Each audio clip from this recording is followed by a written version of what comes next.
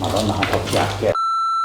Dopo aver fatto la prima passata dal garage del Papero, chi è iscritto sul nostro canale Instagram avrà visto sicuramente le 1000 storie fatte qui dentro. Siamo qua da Federico perché grazie a lui abbiamo trovato una soluzione a un problema abbastanza importante. Lui è Federico. Ciao a tutti, piacere Federico.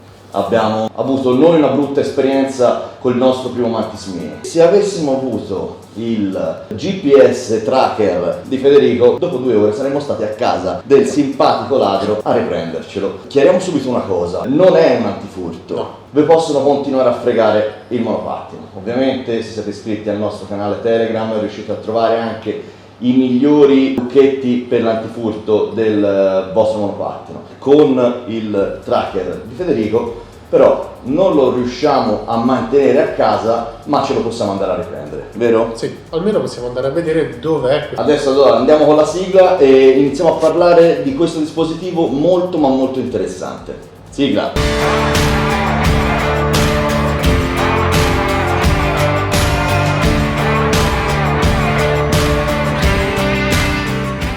Ci siamo passati prima di partire per la nostra grande avventura. Prima di partire abbiamo fatto un passaggio rapido da EDAC Garage per montare questo tracker. Le dimensioni le avete viste già nell'unboxing di qualche tempo fa, è veramente piccolo, contenuto ridotto, però abbiamo voluto fare questo video per farvi capire bene le potenzialità. Allora Fede, partiamo da un attimino l'inizio. Come ti è venuta l'idea di metterti a creare questo dispositivo? L'idea ci è venuta più semplicemente perché ho raccolto una serie di informazioni di ciò che poteva mancare su un monopattino. Ho visto tante persone che comunque cercavano un dispositivo GPS, noi ci siamo detti abbiamo le competenze per saper fare qualcosa di diverso, facciamolo. E visto che tutti quelli che si trovano in commercio sono uno dice il prezzo è estremamente contenuto, ma il supporto post vendita poi è estremamente inesistente sotto certi aspetti, noi abbiamo detto realizziamo qualcosa che è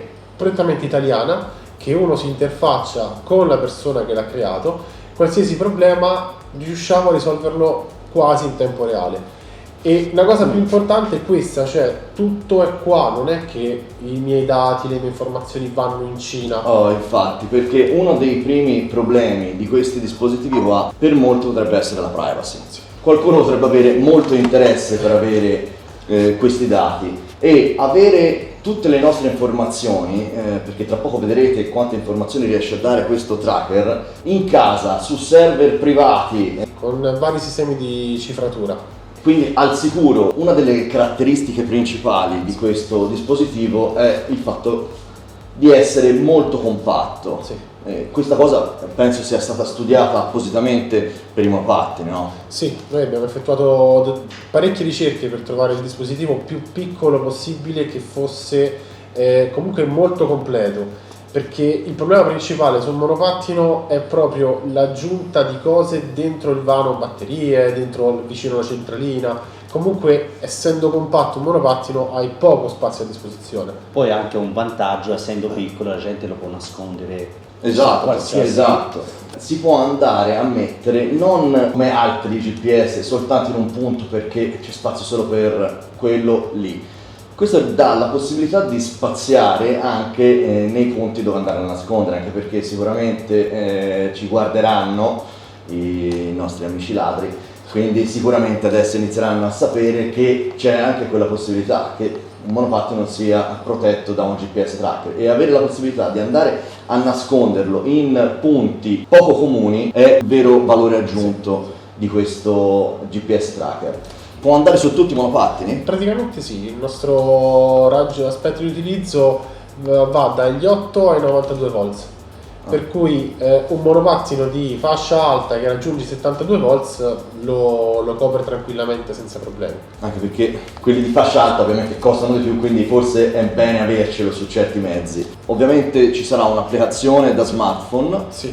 sia per iOS che per Android? Allora, per Android già c'è un'applicazione che noi abbiamo ricompilato, perché si tratta sempre, noi siamo molto chiari, molto trasparenti, è un'applicazione open source.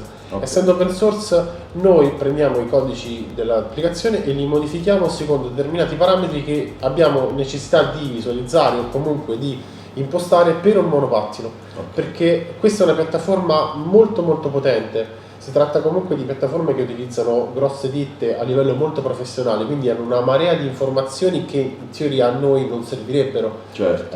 Essendo collegato sulla porta ODB di una macchina, informazioni di consumo di carburante, centraline, turbo e tutto il resto fondamentalmente non ci serve. Però sono dati che la piattaforma stessa ci può permettere di visualizzare. Noi andiamo a lavorare sulla piattaforma per adattarla a quella che è il mondo del monopattino.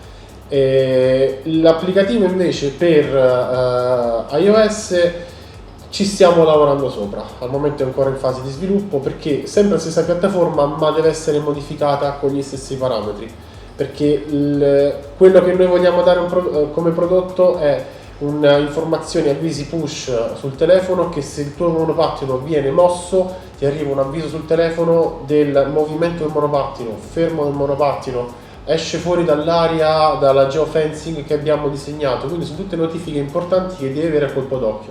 Certo. Ti arrivano anche via mail, volendo, perché utilizziamo questo doppio sistema, specialmente per chi ha iOS, però fondamentalmente il nostro utilizzo è quello immediato, di vederlo subito sul telefono. Sì, anche perché la rapidità di azione è la base per avere il successo. Cioè, se ve lo fregano, vi arriva una notifica, dice porca miseria, il monopattino si è mosso e io sono qui, com'è possibile? Uno prende e inizia a cercarlo.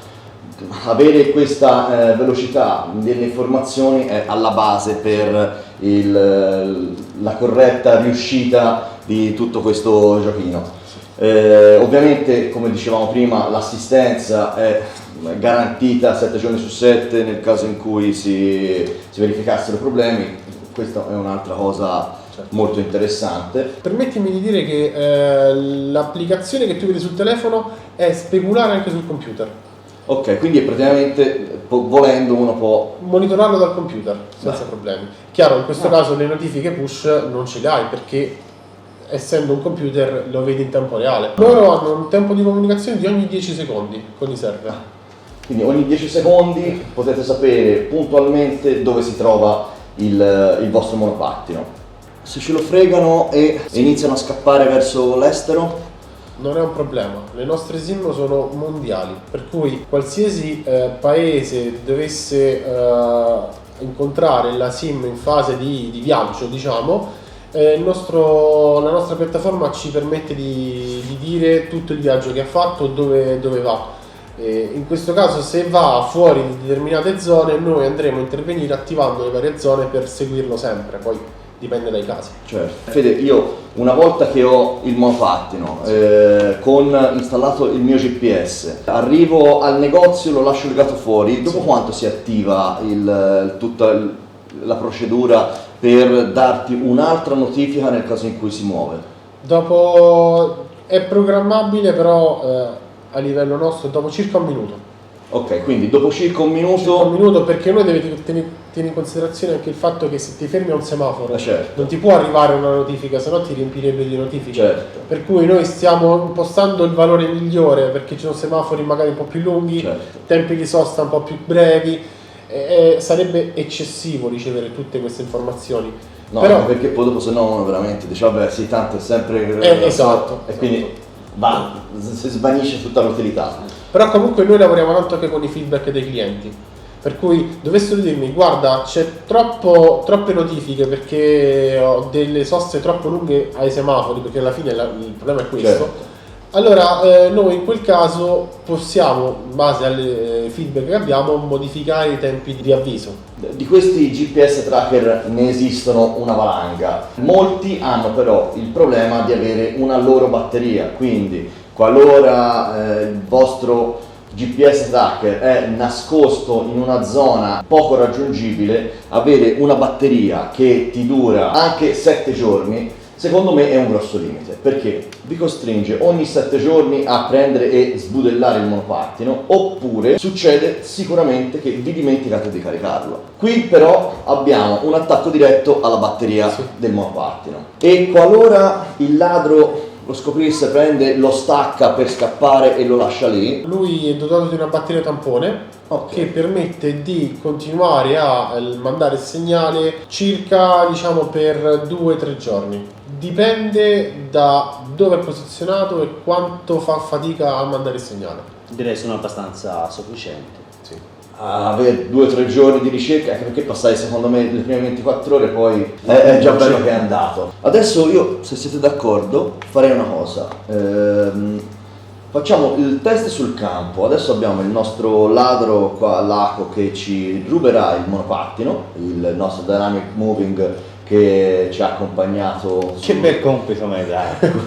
con la nostra avventura, e poi l'andiamo a ricercare. Vediamo se riusciamo a ritrovare il monopattino che ci ha sottratto.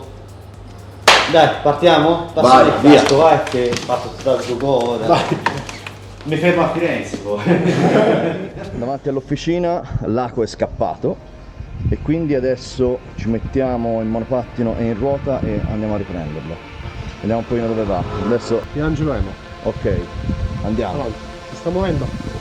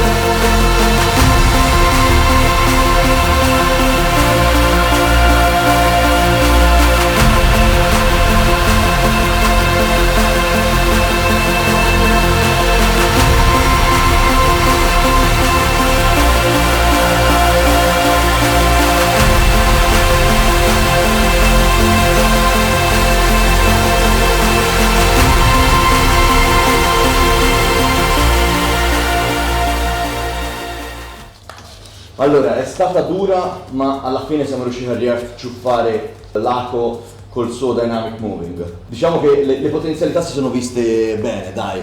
Sì, sì.